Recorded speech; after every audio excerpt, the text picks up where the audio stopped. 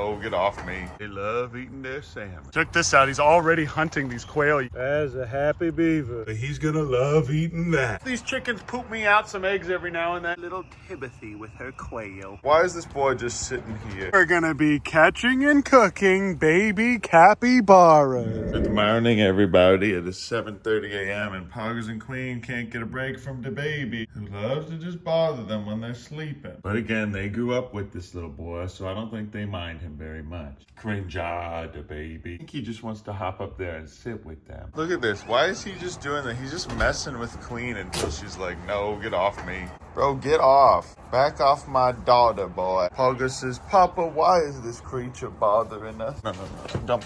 No, get off, get off. Why is he fighting me on my own porch? Get out. Come on. You're getting too big for this, baby. You're getting way too big for that kind of behavior. Bro, he came back and now he's humping on the dang. The baby's just cringe and driven by instinct and hormones. Why is this boy just sitting here? That ain't your bed, baby. Poggers and Queen are like, whatever at this point. We don't even care. Here, bro. Let's just put this outside. No. Oh, please, baby, please. And I've said this before, you guys, but kangaroos are technically dumber than sheep because they don't even have a corpus callosum. Get out of here, dude.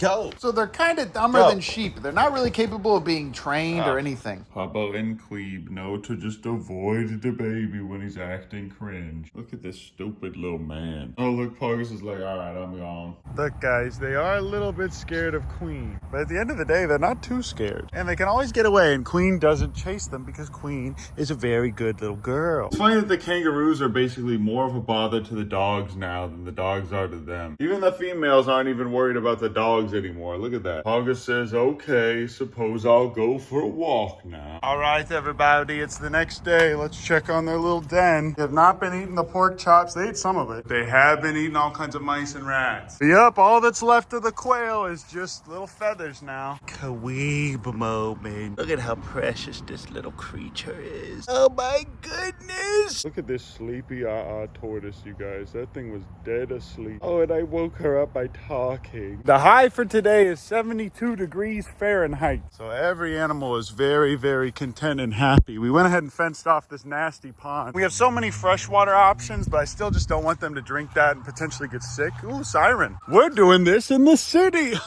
Boo-boo, baby, and Patrick hanging out for today. I'm gonna go ahead and open this up, and now these guys can all go wherever they want. Now all these little creatures are where they're supposed to be, and Bob Tibby can hang out up there and look at all the other little weird things that we have. I don't have to worry about the dogs scaring any of these things.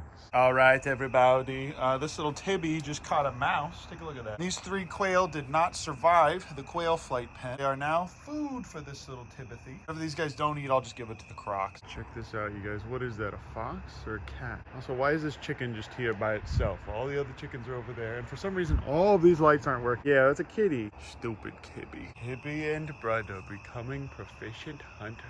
This is how he climbs down. He actually just climbs down the fencing instead of jumping on this stuff. And Tibby got this quail, so that one's all hers. Precious little Timothy with her quail. I'm sorry, could you guys please name me a more enriching setup for these little creatures to learn how to hunt?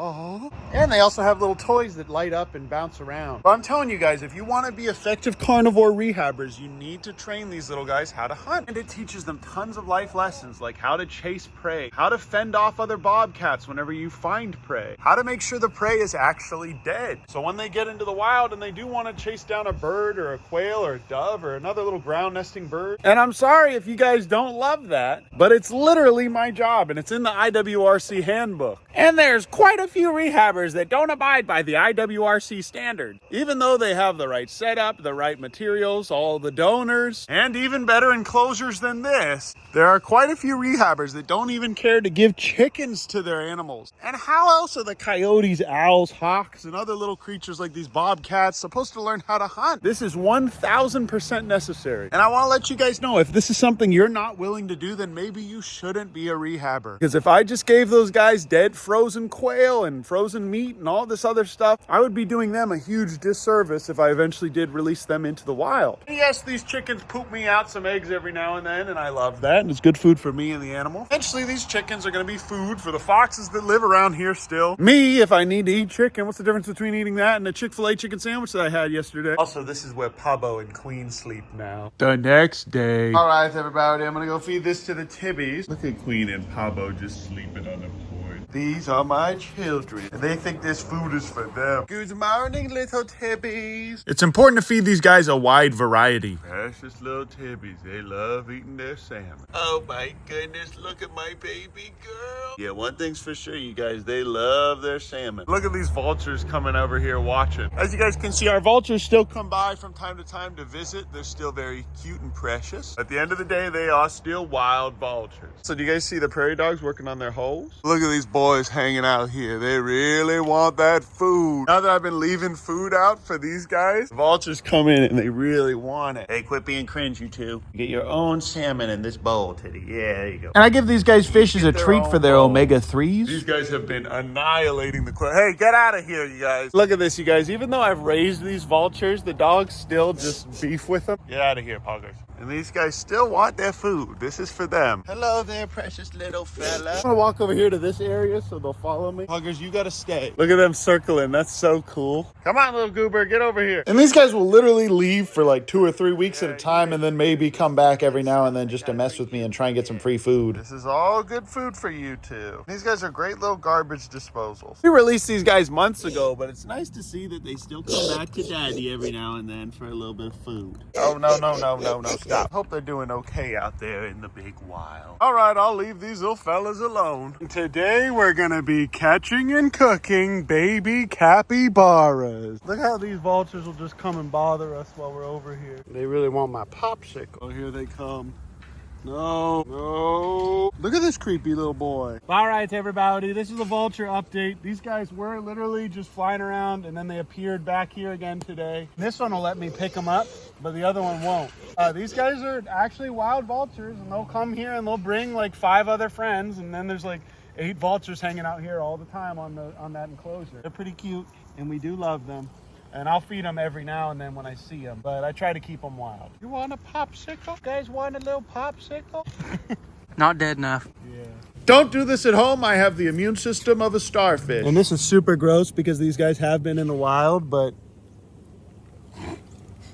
The next day. All right, this little guy was hanging out at the funeral home. We can't have him attacking people at the funeral home, although he is precious and adorable. Okay, Sigma, let's go. Vulture in the hand for today. I hold him like this because I don't want to hurt him. Please don't hang out at the front steps of the funeral home and scare people. The wind was really bad here, but all I was saying was that Pablo and Queen now live on the porch full time. But Queen, just like last year, has escaped. And this time she's been gone for 7 days. Please pray. Queen's so shy. Pablo's always be making direct eye contact. Queen, hello. Queen will never maintain direct eye contact with me. She's just a shy little baby. Look at her. Look at us, Queen.